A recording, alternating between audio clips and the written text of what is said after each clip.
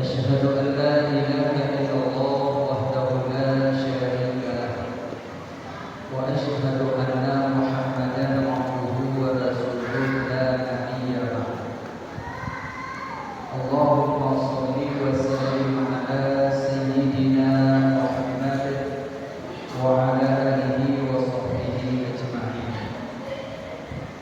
يا أيها الناس اتقوا الله حق تقاته ولا تموتن إلا وأنتم مسلمون قال تعالى في القرآن الكريم أعوذ بالله من الشيطان الرجيم بسم الله الرحمن الرحيم إنا أعطيناك الكوثر فصل لربك وانهر إن شانئك هو الأبتر Sadaqallahul Azim. Bersyukur kepada Allah Subhanahu wa taala yang mana Allah pada kesempatan sore hari ini kita masih diizinkan hadir berkumpul pada salah satu taman surga yang ada di dunia, yang insyaallah menjadi wasilah bagi kita masuk surga di akhirat nanti. Salawat berkirim salam sama-sama kita alamatkan kepada junjungan alam Nabi besar Muhammad sallallahu alaihi wasallam, kepada para hal dan sahabat-sahabat beliau sekalian, kepada para tabi'in, tabi'in, ulama mutaqaddimin, ulama mutaakhirin, sampai kepada ulama-ulama yang mu'tabar di sisi Allah Subhanahu wa taala. Yang kami muliakan para guru-guru kami, para ustazah yang hadir pada kesempatan sore hari ini. Takdim hormat kami kepada ketua ibu majelis beserta seluruh jajarannya. Istimewa penghormatan kami kepada seluruh para jamaah sidang majelis yang dimuliakan Allah Subhanahu wa taala. Pada kesempatan pengajian kita kali ini, rencananya yang disampaikan pengajian berlaku. Benar?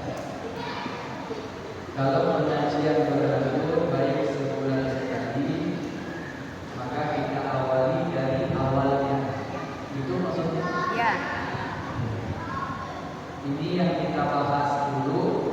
Ini kita ambil di dalam kitab Jami' Jawami al-Musannifah.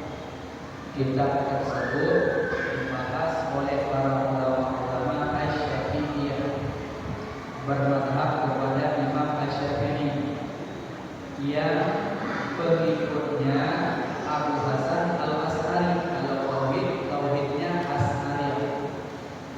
Kalau fikihnya bermadhab kepada Imam Syafi'i. Kalau ilmu tasawufnya yaitu ikut sebagaimana tarikh Imam Al-Ghazali. Jadi kita ini ahli sunnah wal jamaah Asy'ariyah. Tauhid kita, akidah kita, akidah Asy'ariyah. Mana tandanya akidah Asy'ariyah? Yang hafal sifat 20 itulah yang kita ahli sunnah wal jamaah Asy'ariyah. Yang sifatnya sifat Allah 20, walau sifat Allah bukan 20. Sifat Allah tiada satu pun yang tahu berapa jumlah sifat Allah. Namun 20 itu la budda, tidak boleh tidak berubah. Kalau kita tak hafal, tak paham sifat yang 20 tersebut, maka kita belum dihitung orang yang berakidah ahli sunnah wal jamaah Asy'ariyah. Kemudian baru kita melanjutkan kepada pembahasan fikih. Tadi tentu dengar diminta oleh MC membahas tentang masalah fikih. Cuma tentu tanya dulu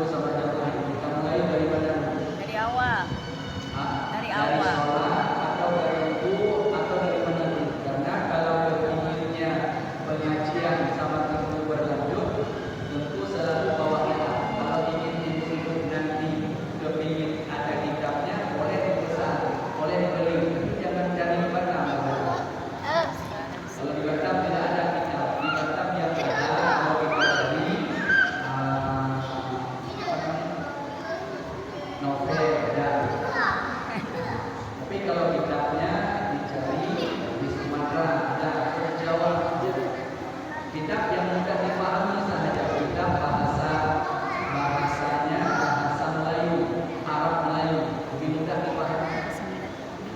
Jadi kalau kita buka di pondok lebih mudah untuk kita memahaminya Arab Melayu. Kalau Arab Hindu di pondok,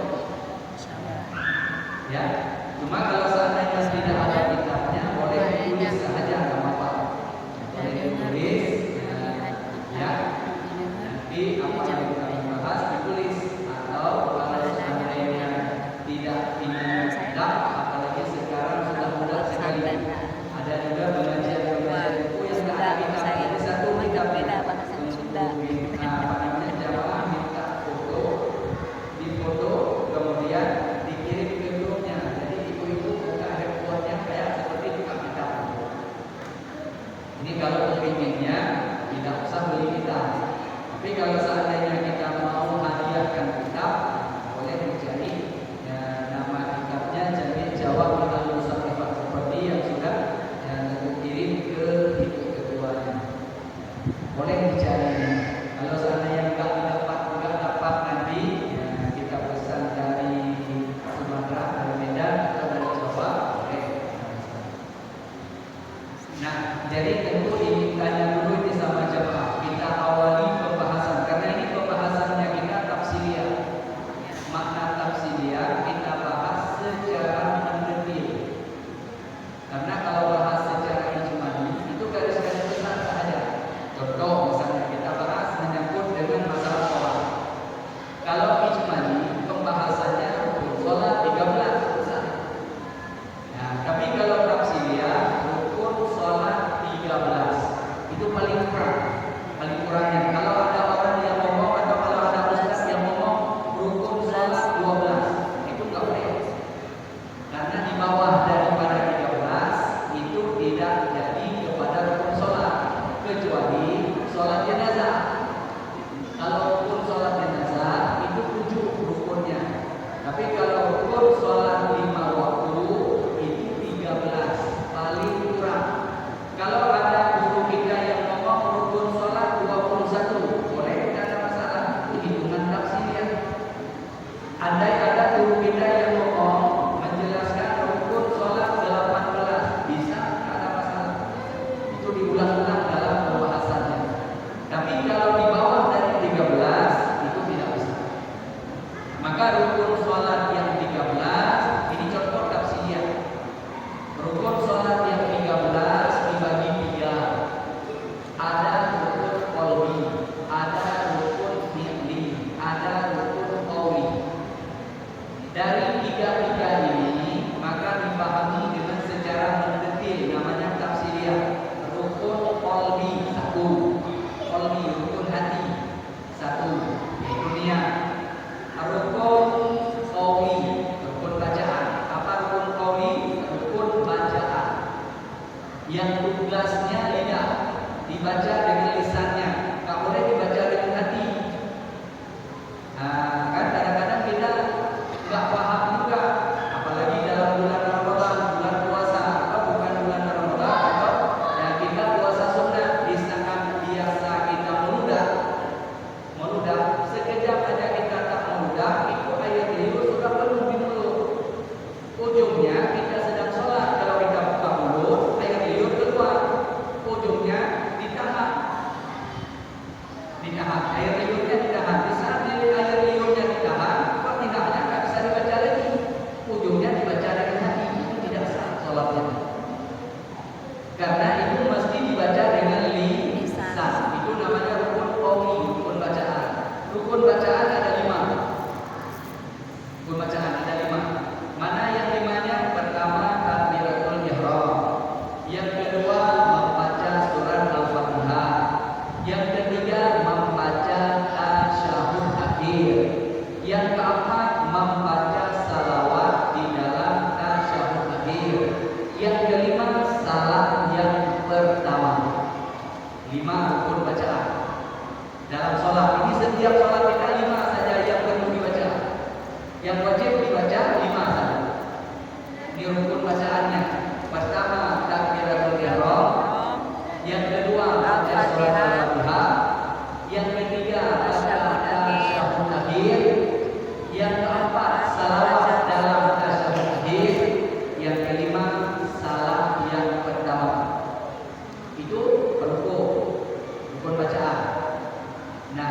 Kemudian sesudah itu rukun fi'li. Apa rukun fi'li? Yang dibuat dengan aturan. Rukun perbuatan namanya. Jadi rukun perbuatan itu ada 7. 7 tambah 5 berapa? 12. 12. Tambah 1 berapa? 13. Nah, berarti rukun sholat 13 paling kurangnya. Nah, jadi mana yang 7 rukun fi'li? Pertama, berdiri betul bagi orang yang sehat. Kalau orang yang sakit, maka rukhsah namanya. Boleh dia duduk. Enggak boleh dia langsung duduk kalau dia bisa jalan. Dari rumah datang ke masjid, bisa dia jalan sampai ke masjid, ambil kursi, dia duduk, dia sholat. Tidak sah. Karena dia mampu berjalan. Sampai ke masjid, masjid dia berdiri dulu, kursi diambil boleh, karena masalah letak ada kursinya di secara dengan safnya, tapi takbirnya tetap dia berdiri dulu. Enggak boleh langsung duduk baru takbir Allahu Akbar. Kebanyakan kita lihat ambil kursi duduk baru takbir, padahal dari rumah ke masjid mampu berjalan. Itu tidak sah sholatnya karena ia tidak melakukan rukun ini. Jadi mesti dia harus berdiri dulu, takbir Allahu Akbar. Semampu dia berdiri. Sesudah takbir dia tak mampu lagi berdiri misalnya, boleh duduk. Boleh duduk, dia baca Fatihah sambil duduk, kemudian rukuk dengan isyarat, sujud dengan isyarat, kemudian selesai sujudnya dia merasa mampu untuk berdiri lagi. Enggak boleh keadaan dulu, mesti wajib bangun dulu. Ini kebiasaan kita, kalau seandainya kita ini sudah duduk, kita duduk, nggak bangun-bangun lagi. Sampai selesai sholat, kadang-kadang dalam keadaan duduk terus. Sesudah salam, Assalamualaikum warahmatullahi wabarakatuh, bangun dia sempat kursi pulang.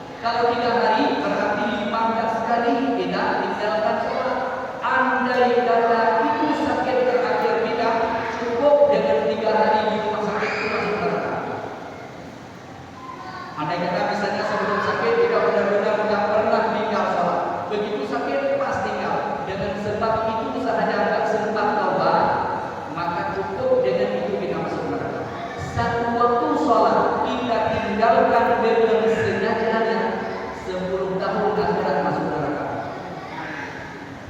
Coba bayangkan, nggak sanggup untuk kita bayangkan kalau seandainya satu waktu 10 tahun akhirat, kita nggak akan sanggup bayangkan. Apalagi yang kita sholatnya yang lain.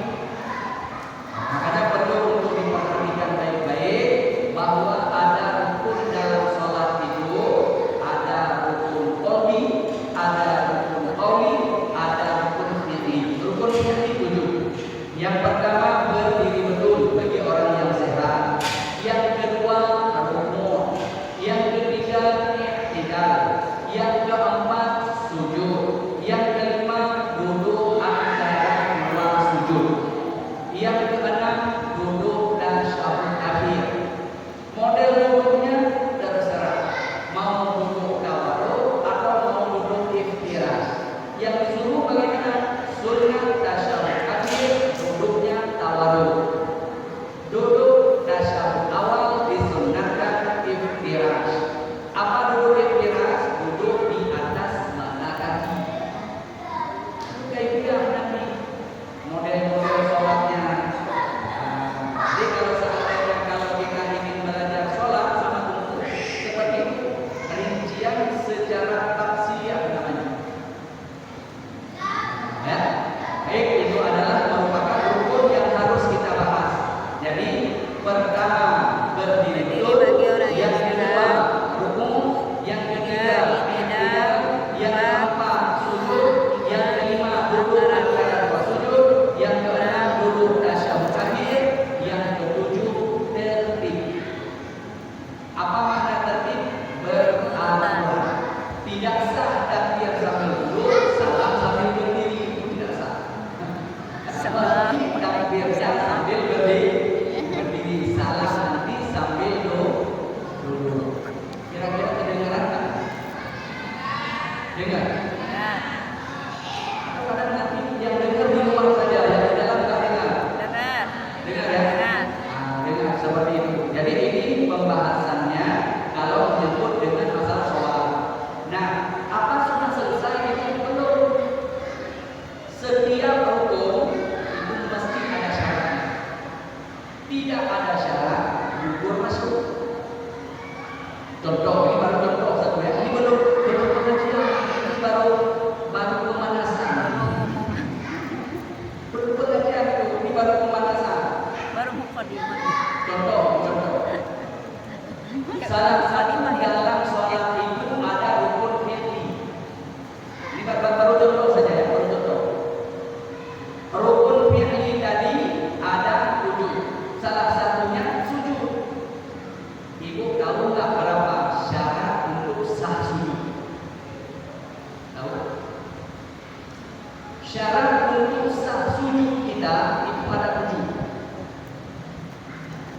Ini baru kita aja. Kalau seandainya nanti kita bahas masalah sholat, kita awali mulai dari niat, takbiratul ihram, Fatihah, atau kita bahas dulu pertama rukun qauli, kedua rukun qauli, ketiga baru rukun fi'li. Salah satu daripada rukun fi'li itu adalah sujud. Sujud, sahnya sujud seseorang wajib memenuhi 7 syarat. Bu, wajib memenuhi 7 syarat. 7 syarat. Apa syarat-syarat untuk sah sujud? Yang pertama, wajib menghantarkan dahinya pada tempat sujud. Wajib, dahinya ini wajib menghantarkan pada tempat sujud. Mohon maaf, kadang-kadang kita lihat saudari kita yang baru apa namanya istilah sekarang hijrah, dia pakai niqab yang nampak cuma biji matanya saja. Di saat dia sujud, dia tidak buka ini dahinya. Dia sujud di atas niqabnya, maka ini tidak sah sujudnya karena menghantarkan dahi sudah berlapis dengan niqabnya. Ini yang jadi masalah. Nah, kalau separuh dahinya, ada yang pakai cadar, ada yang pakai cadar ke bawah sahaja. Dahi masih nampak, maka sujudnya masih sah. Karena dahi yang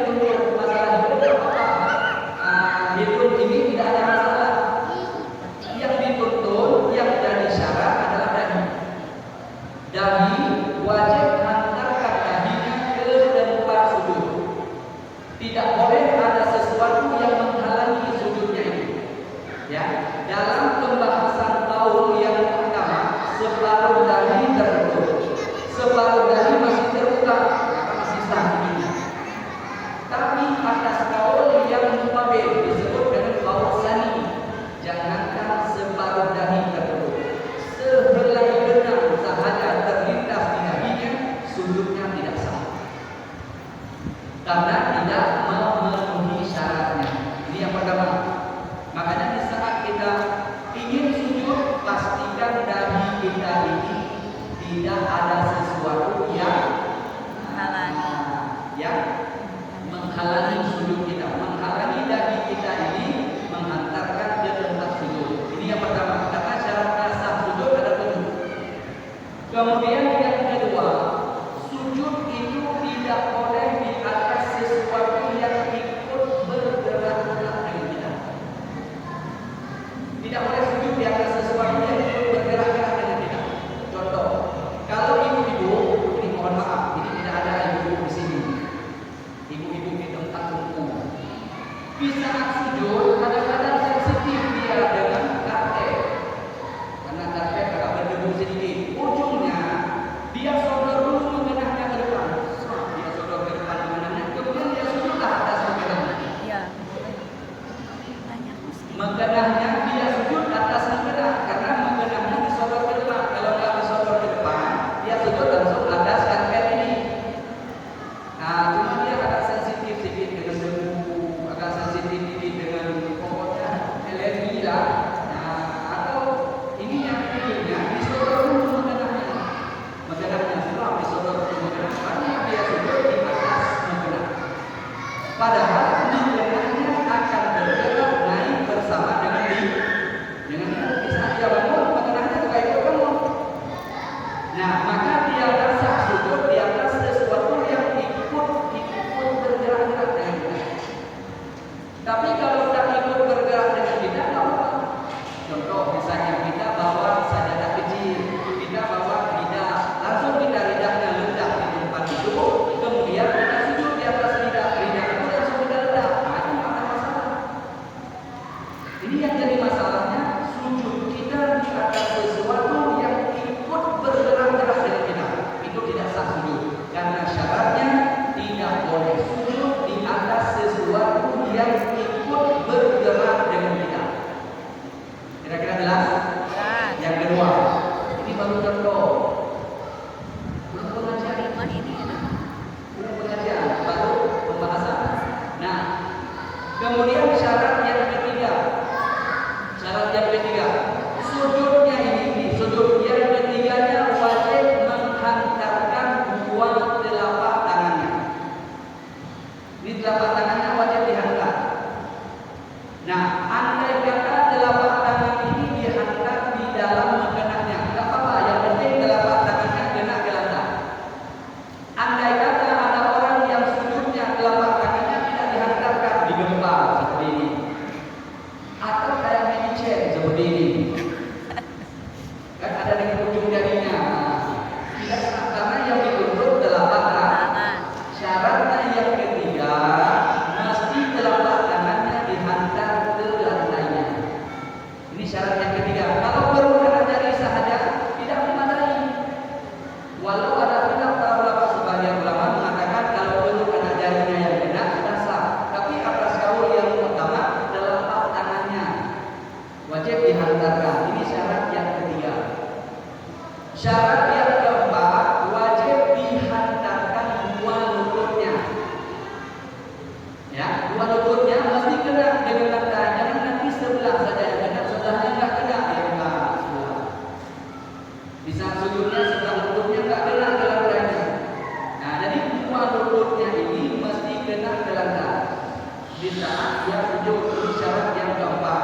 Kemudian syarat yang kelima, wajib menghantarkan dua perut ibu jari kakinya. Ini yang paling banyak. Yang paling banyak dilanggar oleh orang yang sujud, ibu jari kakinya. Nih,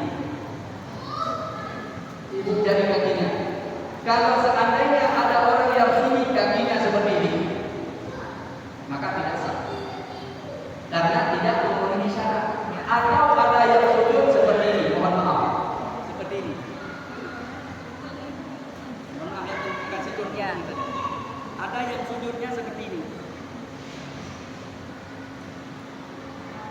Ya, anak-anak banyak gitu. Kakinya dimain-mainkan. Anak santri. Iya. Iya. Kan Umi anak santri. yang lebih parah lagi sudah duduk pada bawah, atau sudah duduk pada bawah. Kita tuh kayaknya ini. Kemudian Satu kaki diangkat seperti ini terus. Ya. Kemudian di saat dia terus lewat ini dengan masukkan Ya.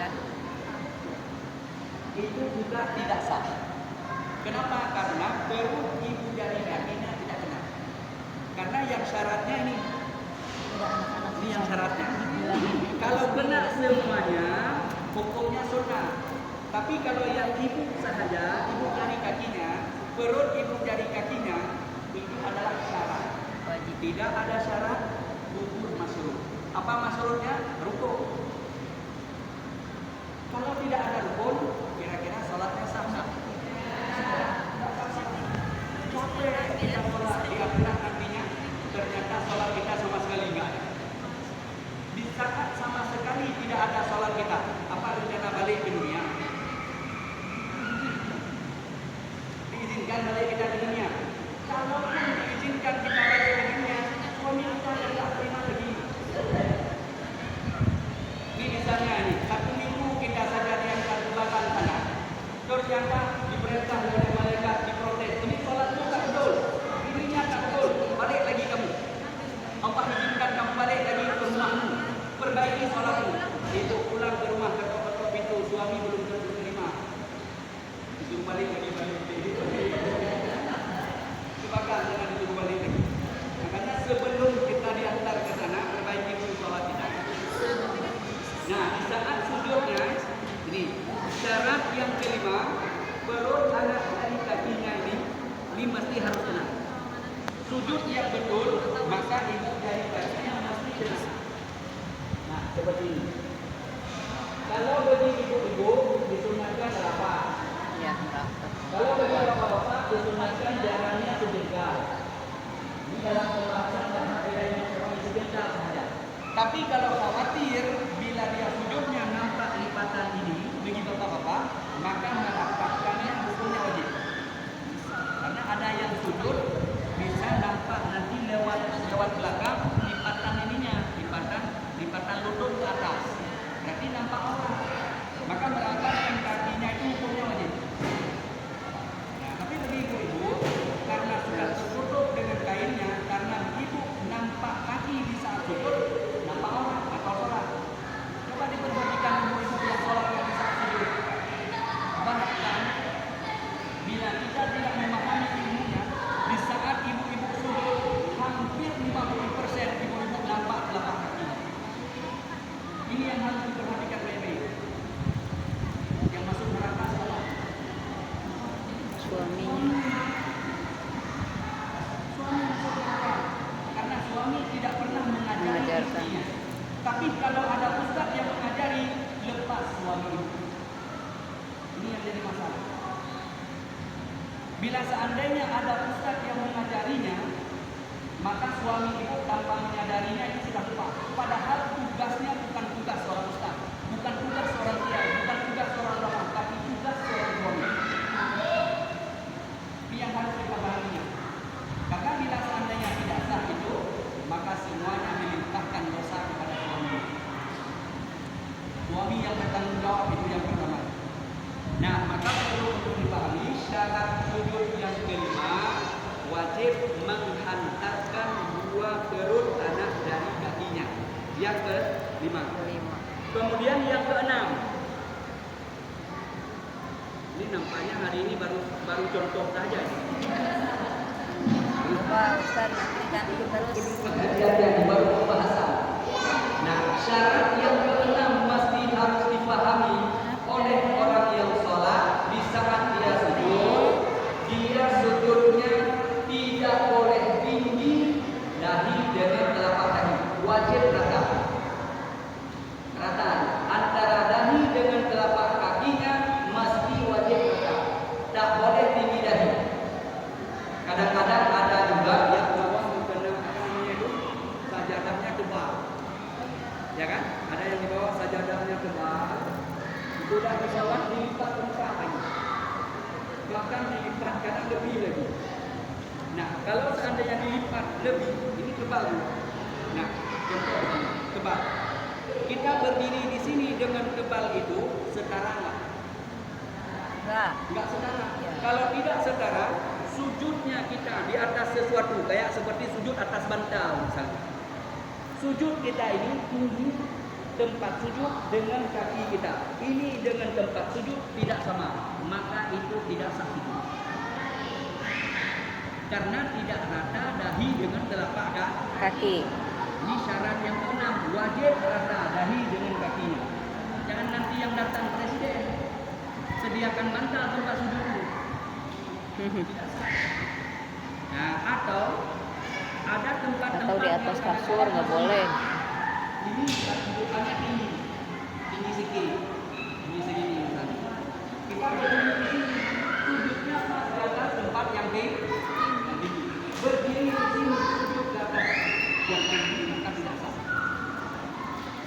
Mesti sujudnya wajib rata dengan kaki. Di mana kaki kita? Telapak kaki kita di sini, maka sujudnya mesti setara dengan ini. Kalau seandainya kita letakkan ini agak lebih tinggi, maka itu tidak.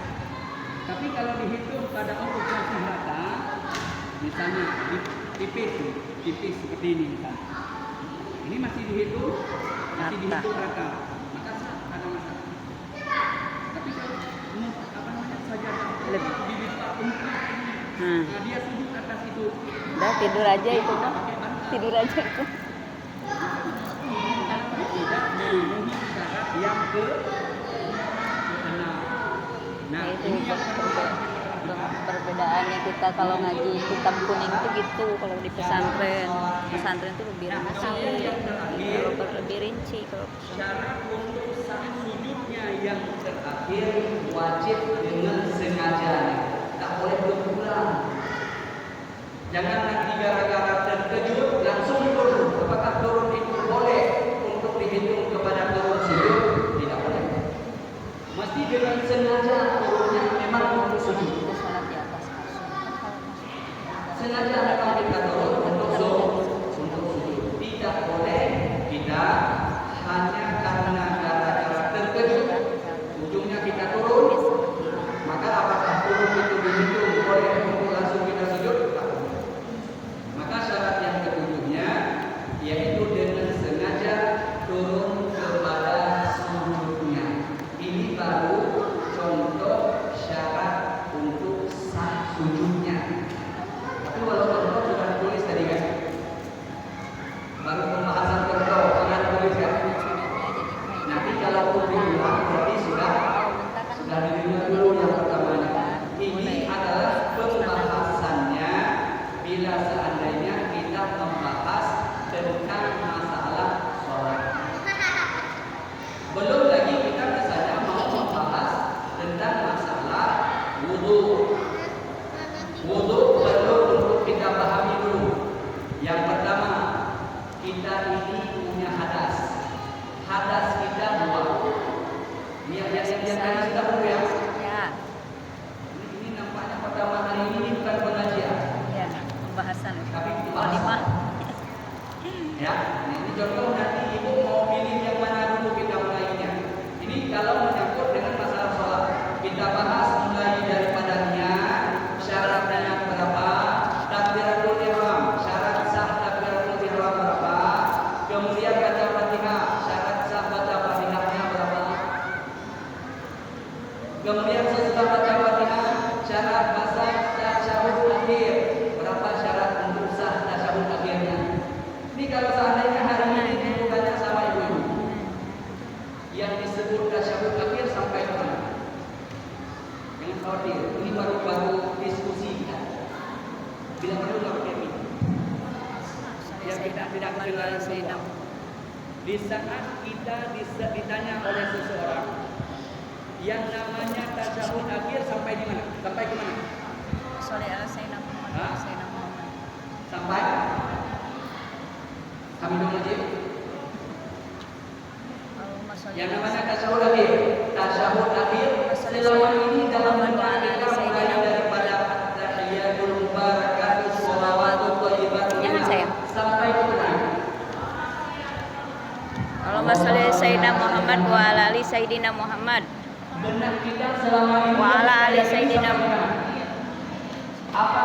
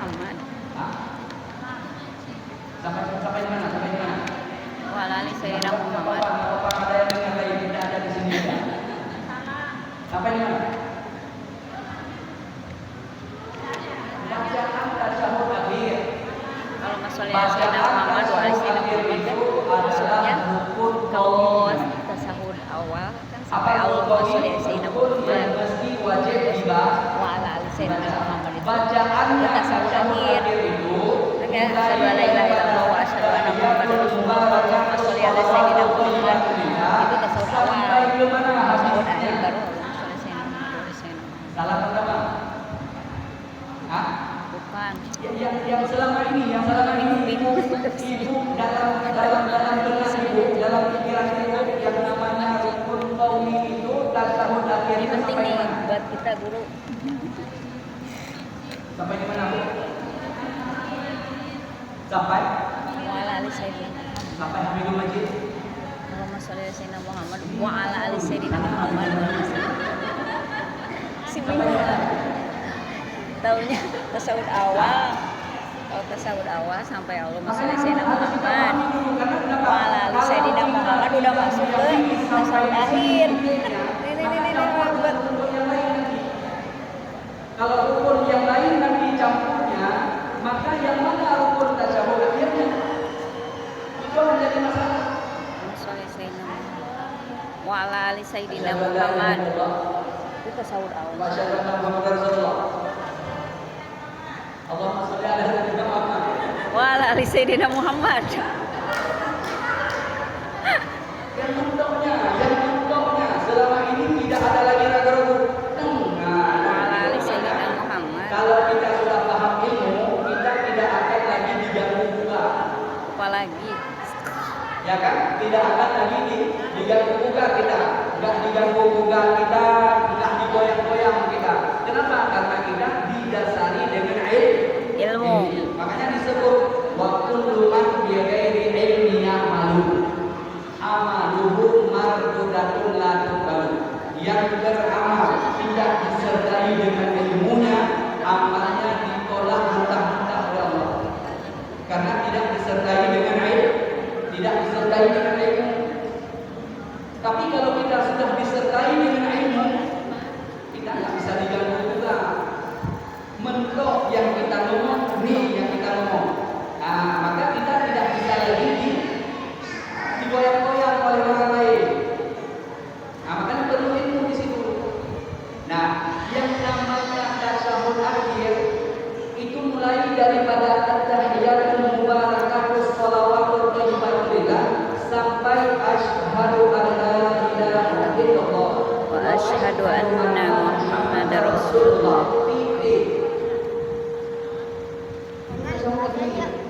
Bacaan tasyahud akhir, duduk tasyahud akhir, rukun fi'li. Baca tasyahud akhir itu rukun qauli. Beda-beda rukunnya. Duduk satu rukun, baca satu rukun. Bacaannya sampai di mana? Sampai kepada asyhadu an la ilaha illallah wa asyhadu anna Muhammadar Rasulullah. Titik, itu tasyahud akhir. Nah, kemudian Allahumma sholli ala sayyidina Muhammad itu masuk kepada rukun yang lain. Rukun apa? Salawat. Masuk dalam rukun qauli tadi. Salawat kepada Nabi. Jadi terbagi. Rukun qauli. Oke, sesudah salawat. Salawat apa yang disuruh? Salawat Ibrahimiyah. Tapi andai kita Allahumma sholli ala sayyidina Muhammad, salawat sampai di situ sudah bisa. Cuma yang dianjurkan dalam sholat baca salawat Ibrahimiyah kemarin. Allahumma sholli ala sayyidina Muhammad wa ala ali sayyidina Muhammad wa sholli ala sayyidina Ibrahim Wa ala ali Itu adalah salawat Ibrahimiyah kemarin. Nah, selesai salawat, salam assalamualaikum warahmatullahi. Itu satu rukun lagi. Salam satu rukun, salawat satu rukun, tasyahud akhir satu rukun. Duduk tasyahud akhir juga satu rukun. Cuma rukun fi'li. Kira-kira jelas? Jelas. Nah, ini baru pembahasannya menyangkut dengan masalah sholat. Nah, kalau seandainya kita tidak langsung kepada sholat, bahas dulu tentang taharah misalnya. Karena huruf yang pertama dari kalimat la ilaha illallah itu adalah taharah. Suci. Maka dari taharah itu ada hadas, ada najis. Hadas dibagi dua. Ada hadas Kecil, kecil, hadas besar. ada hadas besar. Hadas kecil sucinya dengan berwudu. Hadas besar sucinya dengan mandi. Mandi apa? Mandi wajib. Berniat. Mandi wajib. Nah, ini menyangkut dengan masalah suci hadas kecil dan suci hadas besar. Dan asbab-asbab nanti datangnya hadas. Ini menyangkut dengan masalah hadas. Kemudian menyangkut dengan masalah najis. Najis dibagi tiga. Ada mughalladah, ada mukhaffafah, ada Mutawassithah. Mungkin ibu sudah paham. Jadi najis 3 itu cara mencucikannya pun berbeda-beda. Nah, kalau seandainya nanti ibu mau pilih kita belajar membahas dari awal, jangan ke sholat dulu, berarti kita awali daripada taharah. Taharah itu mulai daripada pembahasan hadas, kemudian kepada pembahasan najis. Sesudah selesai pembahasan hadas dan najis, baru naik kepada yang kedua. Huruf yang kedua, sholat. Baru bahas masalah sholat. Sesudah selesai sholat, baru bahas huruf yang ketiga, zakat. Sesudah selesai masalah zakat, baru bahas masalah puasa. Huruf yang keempat. Huruf yang kelima, haji. Huruf yang keenam dari kalimat la ilaha illallah, yaitulah jihad fi sabilillah. Nah, seperti itu gambarannya pada pembukaan pertama kita ini. Pengajian kita hari ini baru pembukaan, belum pengajian. Ya, belum pengajian, ini baru pembukaannya. Kalau seandainya tentukannya sama ibu-ibu, kita mulai dari mana dulu? Dari bersuci, taharah. Dari mana dulu? Taharah dari awal aja Ustaz ya. Dari suci dulu. Ya, bersuci. Berarti kita mulai nanti dari bab suci dulu. Ya. Dari bab suci dulu mulai daripada hadas. Hadas kecil, hadas besar. Kemudian sesudah selesainya baru nanti naik kepada najis. Jadi insya Allah nanti kita akan atur pengajiannya, permohonannya sebulan sekali, setiap awal bulan, hari Sabtu awal bulan habis asar. Kebetulan tentu pengajiannya habis zuhur di KDA. Tadi dari KDA sholat asarnya, kemudian itu berangkat ke sini. Jadi insya Allah seperti itu. Cuman kalau seandainya kita pengajiannya di setiap awal bulannya, berarti yaitulah nanti kita membahasnya daripada pembahasan awalnya. Kalau ibu-ibu minta taharah, berarti kita mulainya dari taharah. Tapi jangan nanti ibu mengeluh kok lama kali dapatnya. Maklum pengajiannya hanya sebulan sekali. Kita pesantren 10 tahun harusnya. Ya kan? Pasti sama. Nah, sebelum kita tutup ya, pengajian kita, pembukaan pengajian kita pada sore ini, 15 tahun tentu ingin memberi peluang kepada ibu-ibu kalau ada yang Makanya kalau ingin pesantren bertanya. 2 tahun itu cuma bisa pakai satu aja. Ada yang ingin bertanya? Silakan. Kita membahas ini satu kita Pertanyaannya aja. bebas, baik, karena ini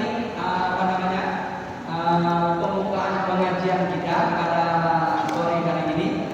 Pertanyaannya bebas. Kalau seandainya ibu bisa jawab, insya Allah ibu jawab. Kalau seandainya tidak bisa ibu jawab, kita ganti katanya kepada guru kita yang lain. Ada yang ingin bertanya? Ya, silakan.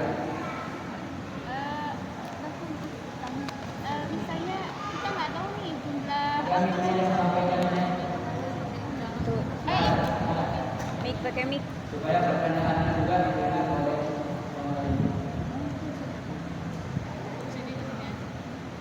Gak panjang kok.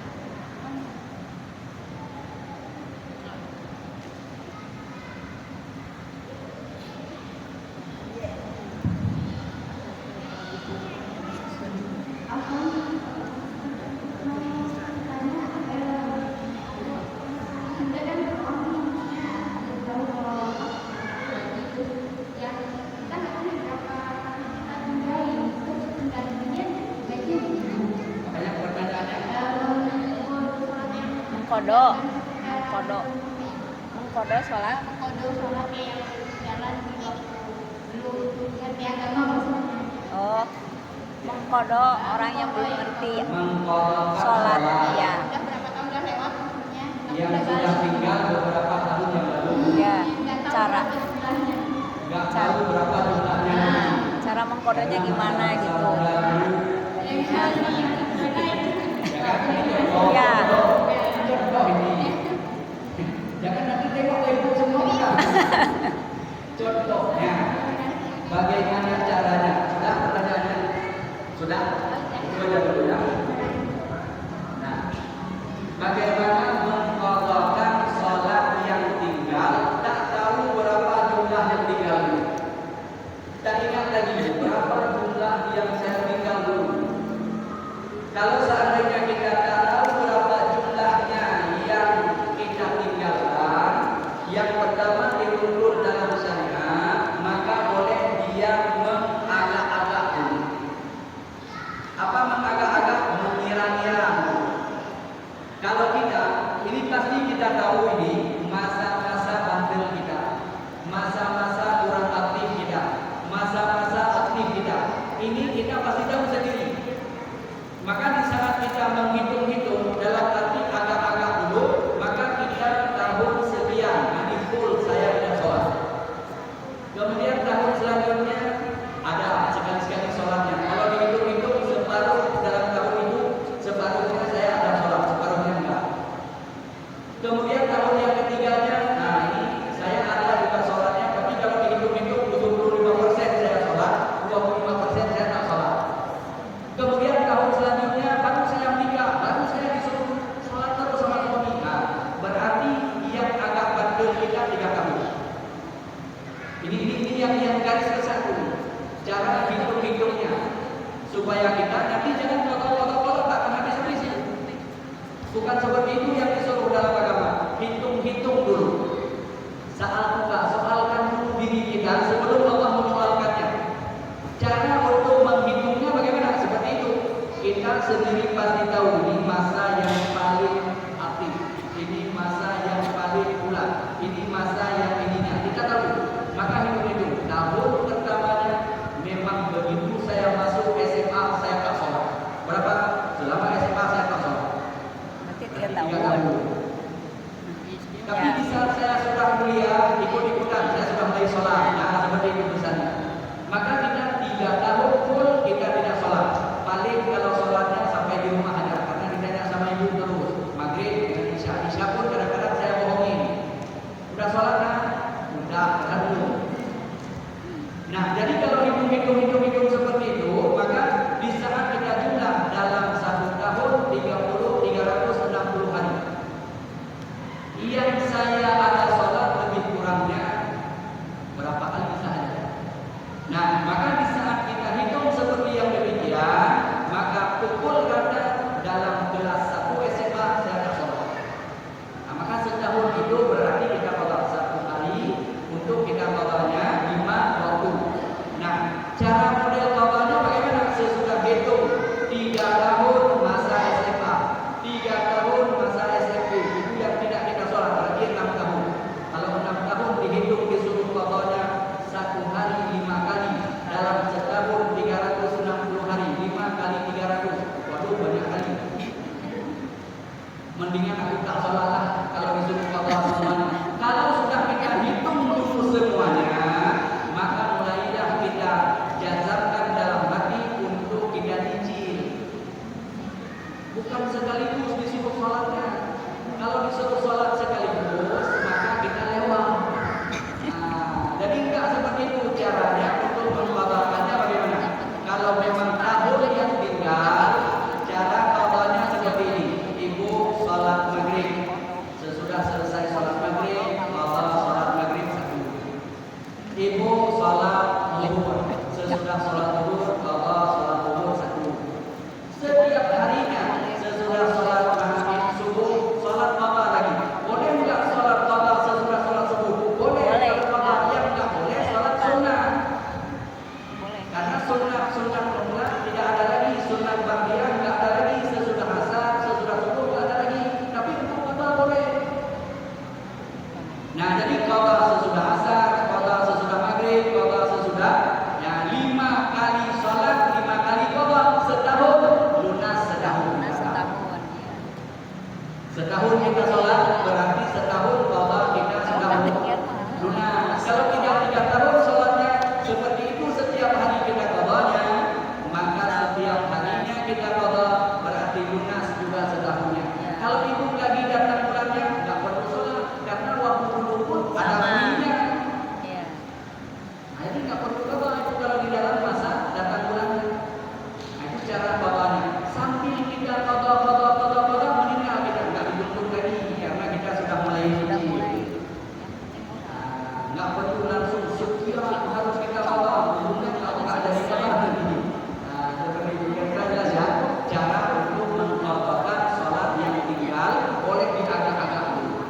dihitung-hitung. Lebih kurangnya seperti itu cara untuk mengingat sholat yang tinggal yang sudah lama.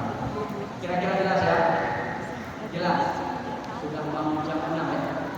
Insya Allah untuk sore hari ini sampai di sini saja dulu. Mari kita tutup pengajian kita untuk mendapat keberkahan. Kita tutup dengan doa. Ya, Insya Allah nanti bulan depan berarti kita mulai pengajiannya. Kita mulai dari Tohor dulu ya. Tohor ya. Kalau seandainya memang kepingin nanti ada kitabnya boleh dipesan. Boleh dipesan. Siapa yang pandai-pandai ini secara umumnya boleh dipesan. Atau kalau seandainya memang tidak ada, ya boleh juga ya kita pesannya yang kepingin ada kitabnya. Tapi kalau seandainya nggak perlu kitab pun nggak masalah. Nggak apa-apa. Wallahu a'lam bishawab wa ilaihi al-marji wal ma'ab. Na'udzu billahi minasyaitonir rajim. Bismillahirrahmanirrahim. Alhamdulillahi rabbil alamin hamdan syakirin hamdan nabiyyin hamdan yuwafi ni'amahu wa yukafi mazidah. Ya rabbana lakal